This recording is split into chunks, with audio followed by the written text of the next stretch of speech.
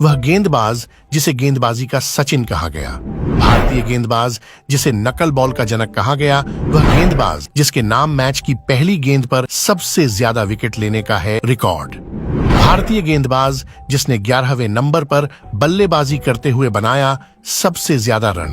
भारतीय क्रिकेट के इतिहास में कई दिग्गज खिलाड़ी आए जिन्होंने अपना एक अलग नाम बनाया। उन्हीं में से एक यह भारतीय टीम का बाएं हाथ का तेज गेंदबाज रहा है। सौरव गांगुली की कप्तानी में डेब्यू करने वाला यह गेंदबाज क्रिकेट को लेकर इतना जुनूनी था कि उन्होंने इंजीनियरिंग को त्याग कर क्रिकेट को चुना। जब किसी खिलाड़ी के जीवन में बुरा दौर आता है तो अक्सर खिलाड़ी टूट कर बिखर जाते हैं, लेकिन इस खिलाड़ी ने अपने बुरे दौर में एक नई गेंद की खोज की और इसका जमकर अभ्यास किया। जब दोबारा इस खिलाड़ी की टीम में वापसी हुई तब उन्होंने इस गेंद का इस्तेमाल किया। इस गेंदबाज का नकल बॉल काफी फेमस हुआ और गेंदबाज आज भी इस गेंद का बखूबी इस्तेमाल बल्लेबाजों को चकमा देने के लिए करते हैं। यह गेंदबाज 2000 के दशक में भारत के लिए तेज गेंदबाजी को फिर से परिभाषित किया था। यह खिलाड़ी अपने अनूठे एक्शन के लिए काफी फेमस हुआ था। खासकर गेंद फेंकने से ठीक पहले की छलांग से कई क्रिकेट प्रेमियों का ध्यान अपनी ओर खींचा था।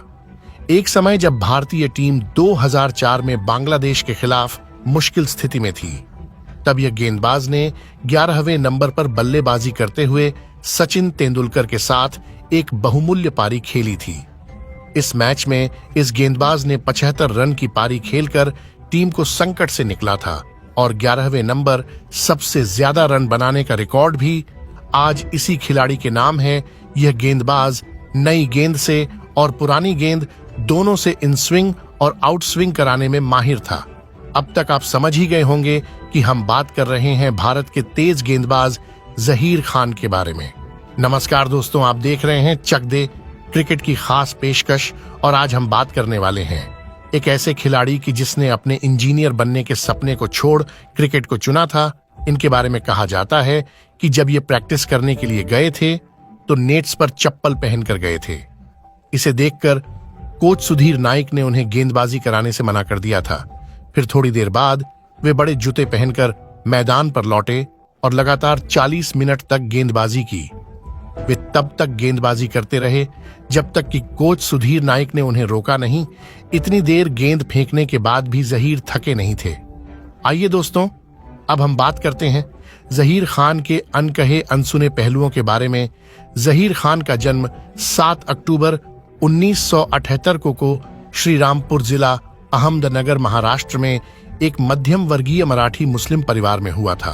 उन्हें प्यार से लोग जिप्पी और जक्की के नाम से जानते हैं। उनके पिता बख्तियार खान एक फोटोग्राफर थे और मां जकिया खान एक गृहिणी और स्कूल टीचर थी। हर परिवार की तरह उनके माता पिता भी अपने बच्चों को एक कामयाब इंसान बनाना चाहते थे, लेकिन वक्त को तो कुछ और ही मंजूर था। जहीर की अम्मी जाकिया खान जहीर के दोस्तों से उनकी गेंदबाजी के किस्से सुनकर ख्वाबों का नया आसमान तैयार कर रही थी। क्रिकेट के प्रति जहीर का लगाव देखकर उनके पिता ने उन्हें इंजीनियर बनाने के ख्वाब को वक्त की गहराइयों में दफन कर दिया। उनके पिता ने उनसे कहा भी था कि बेटा, देश में इंजीनियर तो बहुत हैं, तुम तेज गेंदबाज बनो और देश के लिए खेलो। जहीर ने अपनी प्रारंभिक पढ़ाई श्रीरामपुर के केजे सोमोया सेकेंडरी स्कूल और न्यू मराठी प्राइमरी स्कूल से प्राप्त की और इसी समय उन्होंने उत्सव यादव क्रिकेट एकेडमी से कोचिंग लेनी शुरू कर दी थी।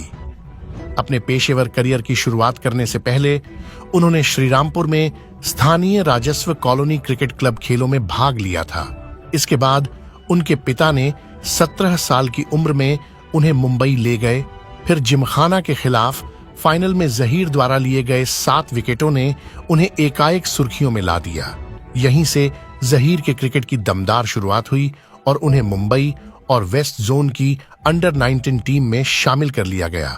इसके बाद जहीर MRF पेस अकादमी से होते हुए तेजी से आगे बढ़े। 21 साल की उम्र में बड़ौदा रणजी टीम में चयन हो गया। साल 1999-2000 के रणजी सीजन में जहीर ने 8 मैच में 35 विकेट लिए थे। अगले ही साल रणजी ट्रॉफी फाइनल में रेलवे के खिलाफ 8 विकेट लेकर जहीर ने बड़ौदा को 21 रन से मैच जिताने में अहम योगदान दिया था, रणजी ट्रॉफी के फाइनल में Zaheer Khan man of the match बने थे और एकदम से भारतीय क्रिकेट टीम के चयनकर्ताओं की नजर पर चढ़ने लगे थे। इसी के साथ जहीर अपने अंतर्राष्ट्रीय क्रिकेट जगह बनाते हुए सफलता की सीढ़ियां चढ़ने लगे। उन्होंने 3 अक्टूबर 2000 में टीम इंडिया के लिए अंतर्राष्ट्रीय क्रिकेट में केन्या के खिलाफ डेब्यू किया था और पहले ही मैच में उन्होंने 10 ओवर में 48 रन देकर 3 विकेट लिए थे।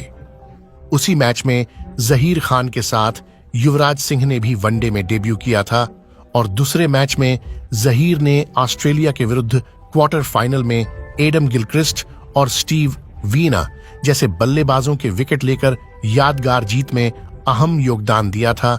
इसी के साथ जहीर ने अपने अंतर्राष्ट्रीय क्रिकेट में आगमन का बिगुल बजा दिया था। इसी साल जहीर ने बांग्लादेश के विरुद्ध टेस्ट डेब्यू भी किया था और पहले ही मैच में उन्होंने 3 विकेट लिए थे। अब जहीर खान का क्रिकेट कैरियर धीरे धीरे परवान चढ़ने लगा था। वे नई गेंद को विकेट के दोनों ओर से स्विंग कराने और पुरानी गेंद को रिवर्स स्विंग कराने में माहिर थे। उनके इस कला को भारतीय कप्तान सौरव गांगुली और कोच ने मिलकर निखारा था। फिर आया 2003 का विश्व कप, जहां भारतीय पेस तिकड़ी सभी टीमों पर कहर भर पाने को तैयार थी। इस विश्व कप में भारत के पास जहीर खान, आशीष नेहरा और जवागल श्रीनाथ जैसे घातक तेज गेंदबाज थे।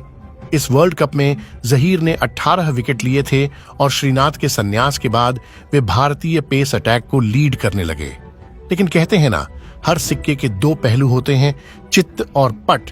उसी तरह जहीर खान के जीवन में भी बुरा दौर आया जब साल 2005 में विकेट लेने के लिए उन्हें जूझना पड़ रहा था। वे उस साल 10 मैचों में केवल 11 विकेट लिए थे और वे निश्चित अंतराल पर चोटिल भी हो रहे थे। और दूसरी तरफ श्रीसंत, मुनाफ पटेल और आरपी सिंह जैसे युवा गेंदबाज बेहतरीन प्रदर्शन कर रहे थे। इसी के साथ जहीर का कॉन्ट्रैक्ट ग्रेड बी से ग्रेड सी हो गया था। लेकिन एक कहावत है ना, शेर जब 2 कदम पीछे हटता है तो इसका मतलब ये नहीं कि वह शिकार करना भूल गया है, वह लंबी छलांग के लिए पीछे हटता है। उसी तरह जहीर ने भी लंबी छलांग मारी। जब साल 2006 के लिए इंग्लैंड काउंटी क्रिकेट टीम वुरसेस्टरशायर ने जहीर खान को टीम में लिया। जहीर ने वहां पिछले कुछ सालों के बुरे प्रदर्शन को भूलकर एक नई कहानी लिखी। जहीर ने पहले ही मैच में दोनों पारियां मिलाकर 10 विकेट लिए और 100 साल में ऐसा करने वाले पहले वुरसेस्टरशायर के पहले खिलाड़ी बने। फिर एसेक्स के खिलाफ ए मैच में जहीर ने एक पारी में 9 विकेट लेने का कारनामा किया। इस बेहतरीन प्रदर्शन के परिणाम स्वरूप जहीर ने पूरे सीजन में रिकॉर्ड 78 विकेट लिए। उनका इस तरह का प्रदर्शन और मुनाफ पटेल की चोट ने एक बार फिर उन्हें भारतीय क्रिकेट में ले आई। फिर इसके बाद जहीर ने पीछे मुड़कर नहीं देखा। 2007 में इंग्लैंड दौरे पर 18 विकेट लेकर इंग्लैंड को 21 साल बाद सीरीज जिताने में अहम रोल अदा किया। 2011 वनडे विश्व कप में जहीर एक मंझे हुए गेंदबाज के साथ उतरे और वे अपने तजुर्बे और हुनर के साथ उस टूर्नामेंट में शाहिद अफरीदी के साथ संयुक्त रूप से सर्वाधिक 21 विकेट लिए थे। जहीर खान भारत की तरफ से जवागल श्रीनाथ के साथ संयुक्त रूप से सर्वाधिक 44 विकेट लेने वाले खिलाड़ी हैं। इसी दौरान धोनी ने कहा था, जहीर भारतीय गेंदबाजी का सचिन है। साल 2011 में जहीर खान को भारतीय क्रिकेट में उनकी उत्कृष्ट उपलब्धियों के लिए अर्जुन अवार्ड से सम्मानित किया गया, जबकि साल 2008 में वो Wisden cricketers on off the year रहे थे। ये थे जहीर खान के क्रिकेट करियर के बारे में। अब जानते हैं उनके लाइफस्टाइल के बारे में। जहीर खान का बचपन भले ही गरीबी में गुजरा हो, लेकिन अब वे करोड़ों के संपत्ति के मालिक हैं। उनके पास दुनिया के कुछ बेहतरीन लग्जरी कारें हैं। उनके पास कार ब्रांडों में Toyota Fortuner, Audi A eight, Mercedes Benz S class शामिल हैं और उनकी अनुमानित नेटवर्थ 205 करोड़ रुपए का है। आइए अब जानते हैं उनके रिकॉर्ड्स और अवार्ड्स के बारे में। जहीर का उच्चतम टेस्ट स्कोर 2004 में ढाका में बांग्लादेश के खिलाफ 75 रनों का है, जिसमें उन्होंने 11वें नंबर पर बल्लेबाजी की थी। ये रिकॉर्ड आज भी उनके नाम दर्ज है। और 2003 विश्व कप में वे सबसे ज्यादा विकेट लेने वाले चौथे गेंदबाज थे और 10वें विकेट के लिए साझेदारी का भारतीय रिकॉर्ड भी उन्होंने सचिन तेंदुलकर के साथ मिलकर बनाया था।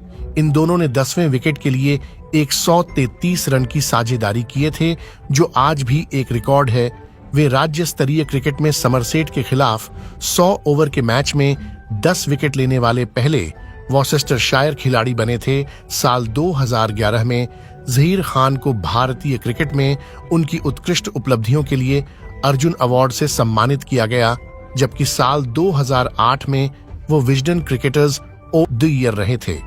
जहीर खान क्रिकेट करियर में इतने शालीन थे कि उनके किसी भी प्रकार के विवादों से कोई नाता नहीं रहा है। जहीर खान वर्तमान में आईपीएल में मुंबई इंडियंस टीम प्रबंधन का हिस्सा है। वे ऐसे खिलाड़ियों की हमेशा प्रशंसा करते हैं जो एमआई टीम का महत्वपूर्ण हिस्सा हुआ करता था। वो खिलाड़ी कोई और नहीं बल्कि हार्दिक पांड्या हैं। दोस्तों, ये थे जहीर खान के जीवन से जुड़े अनकहे अनसुने पहलुओं के बारे में। आपको जहीर खान की स्पेल की कौन सी स्पेल सबसे ज्यादा पसंद आती है, हमें कमेंट करके जरूर बताएं। आपसे फिर मुलाकात होगी एक नए एपिसोड एक खिलाड़ी के साथ। तब तक के लिए हमें दीजिए इजाजत। धन्यवाद।